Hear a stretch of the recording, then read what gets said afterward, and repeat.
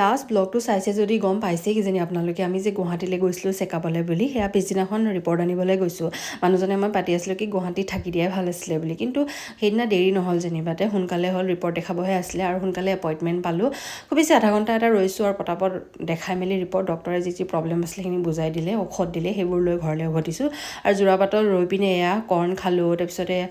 ফল মূল কিনিলোঁ শ্বিলঙৰ পৰা অহা ছিজনেল ফল মূলবিলাক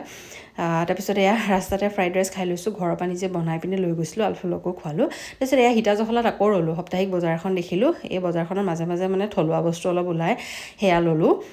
ডাঙৰ এখন বজাৰ বহে দেই মাংস চাংস খুব ওলাইছিলে অলপ গাহৰি মাংস ল'লোঁ লেটা পলোঁ কিবাকিবি সেইবোৰ লৈ পিনে গাড়ী ভৰাই লৈ লৈছোঁ খুব ভাল লাগে মোৰ এইবোৰ বস্তু যে বজাৰ কৰি তাৰপিছতে এয়া ঘৰলৈ আহি পাই দেখাইছোঁ আপোনালোকক কি বজাৰ কৰিলোঁ সেয়া ভোট জলকীয়া আচাৰ কৰিবলৈ এয়া মূলা আনিছোঁ শ্বিলঙীয়া মূলা বোলে খুব মিঠা এয়া নগাটেঙা আনিছোঁ আগে পিছে জীৱনত কেতিয়াও খাই পোৱা নাই নগাটেঙা প্ৰথম লৈ আহিছোঁ খাবলৈ অলপ নুনীটো নিচিনা ভাল লাগিলে কিন্তু খাই দেই এয়া পাহাৰীয়া কলডিল আৰু চেংমৰা আপোনালোকে খাই নাই বাৰু ক'বচোন চেংমৰা কিন্তু বহুত ভাল হয় আইৰণ ৰিচ হয় সেয়া আৰু